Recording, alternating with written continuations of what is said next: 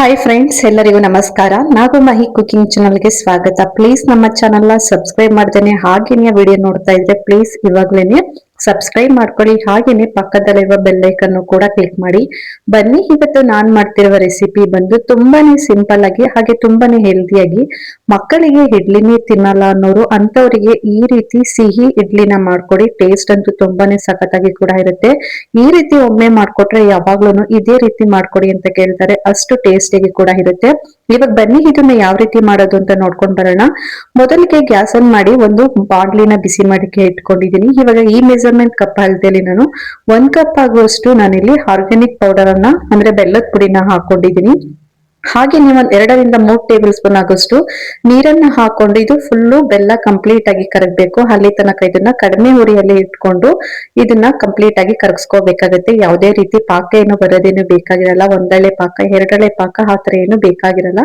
Just ಇದನ್ನ ಬೆಲ್ಲನ ಕರಗಿಸ್ಕೋಬೇಕಾಗತ್ತೆ. ಸ್ವಲ್ಪ ಈ ಬೆಲ್ಲ ಕಲರ್ ಬರುತ್ತೆ ನೋಡಿ, ಅಲ್ಲಿ ತನಕ ಇದನ್ನ ಕಡಿಮೆ ಉರಿಯಲ್ಲಿನೇ ಕರಗಿಸ್ಕೋಬೇಕಾಗತ್ತೆ. ನೋಡಿ, ಇವಾಗ ಬೆಲ್ಲನು ಕೂಡ ಕಂಪ್ಲೀಟ್ ಆಗಿ ಕರಗಿದೆ. ಇವಾಗ ನಾವು ಯಾವ ಕಪ್ ಅಳತೆಯಲ್ಲಿ ನಾವು ಬೆಲ್ಲನ ತಗೊಂಡಿದ್ದೀವೋ ಅದೇ ಕಪ್ ಅಳತೆಯಲ್ಲಿ ನಾನಿಲ್ಲಿ 3/4 ಕಪ್ ಆಗೋಷ್ಟು ತೆಂಗಿನಕಾಯಿ ತುರಿನ ಹಾಕೊಂಡಿದೀನಿ. ಇವಾಗ ತೆಂಗಿನಕಾಯಿ ತುರಿ ಹಾಕೊಂಡು ಆ ಬೆಲ್ಲ ಮತ್ತೆ ನೀರು, ತೆಂಗಿನಕಾಯಿ ಎಲ್ಲಾನು ಕೂಡ ಒಂದಕ್ಕೊಂದು ಪರ್ಫೆಕ್ಟ್ ಆಗಿ ಬೆರ್ತ್ಕೋಬೇಕು. ಹಾಗೆ ನಾವು ಹಾಕಿರುವಂತ ನೀರು ಕಂಪ್ಲೀಟ್ ಆಗಿ ಡ್ರೈ ಆಗ್ಬೇಕು. ನೋಡ್ತಾ ಇರ್ಬೋದು ಇಲ್ಲಿ ಯಾವ ತರ ಕುದಿ ಬರ್ತಾ ಇದೆ ಅಂತ. ಇದು ಕುದಿ ಕಂಪ್ಲೀಟ್ ಆಗಿ ಆ ನೊರೆ ಎಲ್ಲ ಕಂಪ್ಲೀಟ್ ಆಗಿ ಕಡಿಮೆ ಆಗ್ಬೇಕು. ಆ ಬೆಲ್ಲ ಮತ್ತೆ ನಾವು ಹಾಕಿರೋ ತೆಂಗಿನಕಾಯಿ ಮಾತ್ರ ಡ್ರೈ ತರ ಕಾಣಿಸ್ಬೇಕು. ಅಲ್ಲಿ ತನಕ ಇದನ್ನ ಟೈಮ್ ಕೊಟ್ಟು 5 ರಿಂದ 6 ನಿಮಿಷ ಈ ರೀತಿ ಕೈ ಬಿಡದಂಗೆ ಫ್ರೈ ಮಾಡ್ಕೋಬೇಕಾಗುತ್ತೆ. ನೋಡಿ, ಇವಾಗ ಈ ಸ್ವೀಟ್ ಕೂಡ ರೆಡಿ ಆಗಿದೆ. ಇಷ್ಟೇನೆ, ಇದು ತುಂಬಾನೇ ಸಿಂಪಲ್ ಆಗಿ ಯಾರು ಬೇಕಾದ್ರೂ ಕ್ವಿಕ್ ಆಗಿ ಮಾಡ್ಕೋಬಹುದು. ಜಾಸ್ತಿ ಪದಾರ್ಥ ಏನು ಬೇಕಾಗಿರಲ್ಲ. ಉಳಿದಿರುವ ದೋಸೆ ಹಿಟ್ಟನ್ನ ಉಪಯೋಗಿಸ್ಕೊಂಡು ಈ ರೀತಿ ಸಿಹಿ ಇಡ್ಲಿನ ಮಾಡಿ ನೋಡಿ. ಟೇಸ್ಟ್ ಅಂತೂ ತುಂಬಾನೇ ಚೆನ್ನಾಗಿರುತ್ತೆ. ಇವಾಗ ಇದನ್ನ ಪಕ್ಕಕ್ಕೆ ಇಟ್ಟು ಗ್ಯಾಸ್ ಆನ್ ಮಾಡಿ ಇಡ್ಲಿ ಪಾತ್ರೆನ ಬಿಸಿ ಮಾಡಕ್ಕೆ ಇಟ್ಕೊಂಡಿದೀನಿ. ಇದು ಬಿಸಿ ಆಗ್ತಾ ಅಷ್ಟೊತ್ತಲ್ಲಿ ನಾವು ಇಡ್ಲಿ ಬ್ಯಾಟರ್ ನ ರೆಡಿ ಮಾಡ್ಕೋಬೇಕಾಗತ್ತೆ. ನಾನು ಉಳಿದಿರುವಂತಹ ಹಿಟ್ಟನ್ನ ಒಂದ್ಸಲಿ ನೀಟಾಗಿ ಮಿಕ್ಸ್ ಮಾಡ್ಕೊಳ್ತಾ ಇದೀನಿ. ಇಲ್ಲಿ 1 ಕಪ್ ಆಗೋಷ್ಟು ಹಿಟ್ಟನ್ನ ತಗೊಂಡಿದೀನಿ. ಇದನ್ನ ಕೈ ಬಿಡ್ದಾರಂಗೆ 3 ರಿಂದ 4 ನಿಮಿಷ ಕ್ಲೀನ್ ಆಗಿ ಈ ತರ ಬೀಟ್ ಮಾಡ್ಕೋಬೇಕಾಗುತ್ತೆ. ನೆಕ್ಸ್ಟ್ ಇವಾಗ ಇಡ್ಲಿ ಮಾಡುವುದಕ್ಕೆ ನಾನಿಲ್ಲಿ ಈ ತರ 3 ಕಪ್ ಅನ್ನ ತಗೊಂಡಿದೀನಿ. ನಾರ್ಮಲ್ ಇಡ್ಲಿ ಮಾಡೋದ್ಕಿಂತ ಈ ರೀತಿ ಕಪ್ ಅಲ್ಲಿ ಇಡ್ಲಿ ಮಾಡ್ಕೊಡಿ. ಟೇಸ್ಟ್ ಅಂತೂ ಇನ್ನು ತುಂಬಾನೇ ಚೆನ್ನಾಗಿರುತ್ತೆ.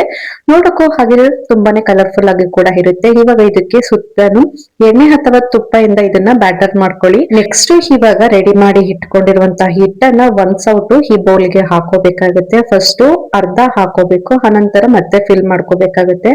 ಒಂದ್ ಸೌಟ್ ಹಾಕೊಂಡಿದ ನಂತರ ನಾವು ಆವಾಗಲೇ ಸ್ವೀಟ್ ಅನ್ನು ರೆಡಿ ಮಾಡಿ ಇಟ್ಕೊಂಡಿದ್ವಲ್ಲ, ಆ ಸ್ವೀಟ್ ಅನ್ನ ಹಾಕೊಳ್ತಾ ಇದ್ವಿ. ನಿಮ್ಗೆ ಸ್ವೀಟ್ ಜಾಸ್ತಿ ಬೇಕಂತ ಹೇಳಿದ್ರೆ ಇನ್ನು ಸ್ವಲ್ಪ ಜಾಸ್ತಿನೇ ಹಾಕೊಳ್ಳಿ. ನಾನು ಎಲ್ಲಾ ಬೌಲಿಗೂ 1 ಸ್ಪೂನ್ ಅಷ್ಟು ಹಾಕೊಳ್ತಾ ಇದೀನಿ. ಸ್ವೀಟ್ ಸ್ವಲ್ಪ ಜಾಸ್ತಿ ಇರುತ್ತೆ, ಅದಕ್ಕೋಸ್ಕರ ನಾನು 1 ಸ್ಪೂನ್ ಅಷ್ಟು ಹಾಕೊಳ್ತಾ ಇದೀನಿ. ನಿಮ್ಗೆ ಇನ್ನು ಸ್ವಲ್ಪ ಜಾಸ್ತಿ ಬೇಕಂದ್ರೆ ಇನ್ನು ಸ್ವಲ್ಪ ನೀವು ಜಾಸ್ತಿನೇ ಹಾಕೊಳ್ಳಿ. ಇವಾಗ ಸ್ವೀಟ್ ಹಾಕೊಂಡಿದ ನಂತರ ಮತ್ತೆ ಮೇಲೆ ಸ್ವಲ್ಪ ಹಿಟ್ಟನ್ನ ಹಾಕೋಬೇಕಾಗುತ್ತೆ. ಇದು ಹುಬ್ಬಿದ ನಂತರ ಮತ್ತೆ ಮೇಲೆ ಬಂದ್ಬಿಡುತ್ತೆ. 1/4% ನಾವು ಹಿಟ್ಟನ್ನ ಹಾಕೋಬೇಕಾಗುತ್ತೆ. ನೋಡಿ, ಇವಾಗ ಹಿಟ್ಟನ್ನ 3ಕ್ಕೂ ಕೂಡ ಹಾಕೊಂಡು ಫಸ್ಟ್ ನಾವು ಬಿಸಿನೀರನ್ನ ಕಾಯಕ್ಕೆ ರೆಡಿ ಮಾಡಿ ಇಟ್ಕೊಂಡಿದ್ವಲ್ಲ, ಇವಾಗ ಈ ಬೋಲ್ ಅನ್ನ ಇಟ್ಟು ಏನಿಲ್ಲ ಅಂದ್ರೇನು 10 ರಿಂದ 15 ನಿಮಿಷ ಸ್ಟೀಮ್ ಮಾಡ್ಕೋಬೇಕಾಗುತ್ತೆ. ನೋಡಿ, ಇವಾಗ ಇಡ್ಲಿ ಕಪ್ಪನ್ನ ಹಿಕ್ಕಿದ ನಂತರ ಮುಚ್ಚಳನ ಮುಚ್ಚಿ ಇದನ್ನ 10 ರಿಂದ 15 ನಿಮಿಷ ಹಾಗೇನೆ ಬಿಟ್ಬಿಡ್ಬೇಕಾಗುತ್ತೆ. ನೋಡಿ, ಈ ತರ ಮಕ್ಕಳಿಗೆ ಮಾಡ್ಕೊಟ್ರೆ ತುಂಬಾನೇ ಆರೋಗ್ಯವು ಕೂಡ ತುಂಬಾನೇ ಒಳ್ಳೇದು. ನಾವು ಅವಾಗ್ಲೇ ಸ್ವೀಟ್ ಅನ್ನ ರೆಡಿ ಮಾಡ್ಕೊಳ್ತಾ ಇದ್ವಲ್ಲ, ಆ ಟೈಮ್ ಅಲ್ಲಿ ಬೇಕಾದ್ರೆ ನೀವು ಡ್ರೈ ಫ್ರೂಟ್ಸ್ ಅನ್ನು ಬೇಕಾದ್ರೆ ಹಾಕೊಂಡು ನೀವು ಈ ಸ್ವೀಟ್ ಅನ್ನ ರೆಡಿ ಮಾಡ್ಕೋಬಹುದು. ತುಂಬಾನೇ ಹೆಲ್ದಿಯಾಗಿ ಕೂಡ ಇರುತ್ತೆ. ಯಾವುದೇ ರೀತಿ ಸೈಡ್ ಎಫೆಕ್ಟ್ ಕೂಡ ಇರಲ್ಲ.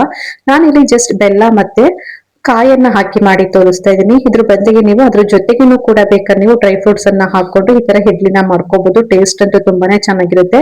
ನೋಡಿ, ಇವಾಗ 15 ನಿಮಿಷ ಕೂಡ ಆಗಿದೆ. ಇವಾಗ ಓಪನ್ ಮಾಡಿ ತೋರಿಸ್ತಾ ಇದೀನಿ. ಕೈಗೆ ಸ್ವಲ್ಪ ತಣ್ಣೀರನ್ನ ಹಚ್ಕೊಂಡು ಈ ತರ ಪ್ರೆಸ್ ಮಾಡಿದ್ರೆ ಕೈಗೆ ಏನಾದ್ರು ಅಂಟ್ಕೊಂಡ್ರೆ ಇನ್ನೂ ಒಂದ್ ಸ್ವಲ್ಪ ಹೊತ್ತು ಇದು ಬೇಯಬೇಕು ಅಂತ ಅರ್ಥ. ಇಲ್ಲಿ ಕೈಗೇನು ಅಂಟಿಲ್ಲ ಅಂದ್ರೆ ಕಂಪ್ಲೀಟ್ ಆಗಿ ಇಡ್ಲಿ ಬೆಂದಿದೆ ಅಂತ. ನೋಡಿ, ಇವಾಗ ಓಪನ್ ಮಾಡಿ ತೋರಿಸ್ತಾ ಇದೀನಿ.